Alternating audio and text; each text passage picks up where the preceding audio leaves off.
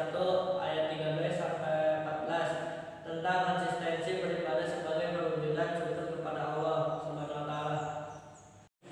A'udzu billahi minasy syaithanir rajim. Bismillahirrahmanirrahim. Wa iz qala Luqmanu libnihi wa huwa ya'izzuhu ya bunayya la tusyrik billah innasyirka lazulmun azim. Wa wassaynal insana biwalidayhi hamalathu ummuhu wahnan ala wahnin wa fisaluhu fi amaini anishkur li wa liwalidayk ilayyal masir. Shadaqallahul azim. Artinya, dan ingatlah kepada Luqman berkata kepada anaknya ketika dia memberi pelajaran kepadanya, wahai anakku, jangan engkau mempersekutukan Allah. Sesungguhnya mempersekutukan Allah adalah benar-benar kezaliman yang besar. Dan kami perintahkan kepada manusia agar berbuat baik kepada orang tuanya. Ibunya telah mengandung dalam keadaan lemah yang bertambah-tambah dan menyapinya dalam usia 2 tahun. Bersyukurlah kepadaku dan kepada kedua orang tuamu. Hanya kepada aku kembalimu. Quran Surat Luqman 31 ayat 13-14. Asbabun nuzul. Tidak ada sebab khusus dari ayat ini. Namun secara umum ayat ini mengingatkan kepada umat Islam, khususnya mereka yang berprofesi sebagai dai, pendakwah dan pendidik, termasuk orang tua kita, agar saat menasihati itu menggunakan tutur kata yang santun, sejuk, dan masuk ke dalam hati sanubari. Isi kandungan ayat 1. Pelajaran pertama yang harus disampaikan kepada masyarakat adalah tauhid, yaitu mengesahkan Allah Subhanahu wa taala dalam beribadah tanpa menyekutukannya dengan sesuatu apapun. 2. Melakukan menyekutukan Allah adalah bentuk kezaliman yang besar. Oleh karena itu harus dihindari. 3. Allah Subhanahu wa taala mengingatkan kembali tentang beratnya menderita seseorang ibu pada saat mengandung, melahirkan, kemudian menyapikan setelah usia 2 tahun, supaya kita selalu bersyukur kepada Allah Subhanahu wa taala.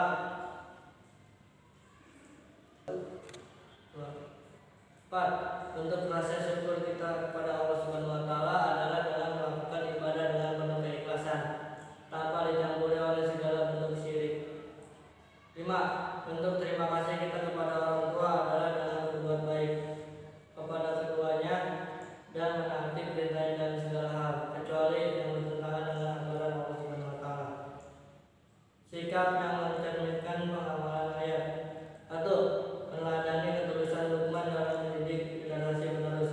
2. Beribadah kepada Allah Subhanahu wa taala dengan penuh keikhlasan tanpa menyekutukannya dengan sesuatu apapun. 3. Senantiasa berbuat baik kepada orang tua dengan menaati semua perintahnya sejauh yang kita mampu, kecuali jika perintahnya bertentangan dengan aturan Allah Subhanahu wa taala. 4. Berterima kasih kepada orang yang telah berbuat baik kepada kita sebagai bentuk syukur kita kepada Allah. Adapun hadisnya sebagai berikut.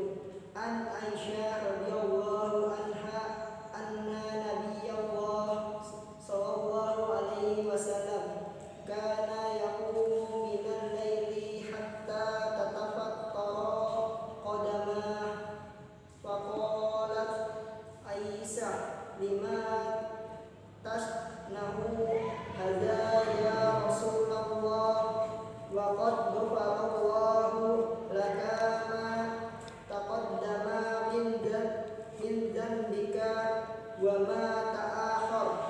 Qala afala uhibbu an akuna abda syakura falamma kasura lahmuhu shalla jalisa fa idza arada anna ayyarka'a qama faqara'a thumma raka'a. Artinya dari Aisyah radhiyallahu anha bahwa Nabi Muhammad SAW melaksanakan salat malam hingga kaki beliau bengkak-bengkak Aisyah berkata, "Wahai Rasulullah, kenapa Anda melakukan ini? Padahal Allah telah mengampuni dosa-dosa Anda yang telah berlalu dan yang akan datang." Beliau bersabda, "Apakah aku tidak suka jika menjadi hamba Allah yang bersyukur?" Dan tata krama beliau umum, beliau salah satu duduk. Apabila beliau hendak rukuk, maka beliau berdiri kemudian membaca beberapa ayat lalu rukuk. Hadis riwayat Bukhari. Adapun kandungan makna dari hadis tersebut adalah: 1. Rasulullah SAW adalah hamba Allah Subhanahu wa taala yang paling rajin beribadah meski terjaga dari dosa atau maksum. Beliau tetap bersemangat dalam melakukan ibadah, bahkan melebihi umatnya. SAW mengajarkan bahwa ibadah yang dilakukan hanyalah bagian dari perwujudan terima kasih atau rasa syukur seorang hamba kepada Allah Subhanahu wa taala. 3. Orang yang tidak mau menyembah atau mengabdi kepada Allah Subhanahu wa taala tergolong manusia durhaka dan tidak tahu balas budi, serta termasuk mengingkari semua nikmat yang sudah dianugerahkan oleh Allah Subhanahu wa taala. 4. Dibolehkannya melaksanakan sholat sunnah sambil duduk meskipun mampu berdiri, jika berdiri dirasa memberatkan karena kondisi tubuh yang tidak memungkinkan untuk berdiri. 5. Pentingnya melaksanakan sholat sunnah terutama pada malam hari sebagai perwujudan rasa syukur kita kepada Allah Subhanahu wa taala. Sikap dan perilaku yang mencerminkan pengamalan hadis. 1. Rajin melakukan ibadah, baik ibadah mahdah maupun ghairul mahdah. Apabila tidak beribadah kepada Allah Subhanahu wa taala, maka termasuk kategori zalim. 2. Wujud syukur atas nikmat yang Allah berikan adalah dengan melaksanakan ibadah hanya kepadanya serta menjauhi kemusyrikan. 3. Keutamaan melaksanakan sholat malam. Adapun manfaat beribadah dan bersyukur kepada Allah Subhanahu wa taala adalah sebagai berikut. 1. Memperoleh limpahan berkah dari rezeki yang diperoleh. 2. Kebaikan itu mengalir dan terus berkembang. 3. Mendapatkan ketentraman batin dan kedamaian hati dalam menjalankan segala kegiatan yang dilakukan, disebabkan sikap taat dalam dan takarubiyah, ridho dan relanya dalam menyikapi pemberian dan anugerah Allah Subhanahu wa taala. Sekian dari kami, kurang lebihnya mohon maaf. Billahi taufiq wal hidayah. Assalamualaikum warahmatullahi wabarakatuh.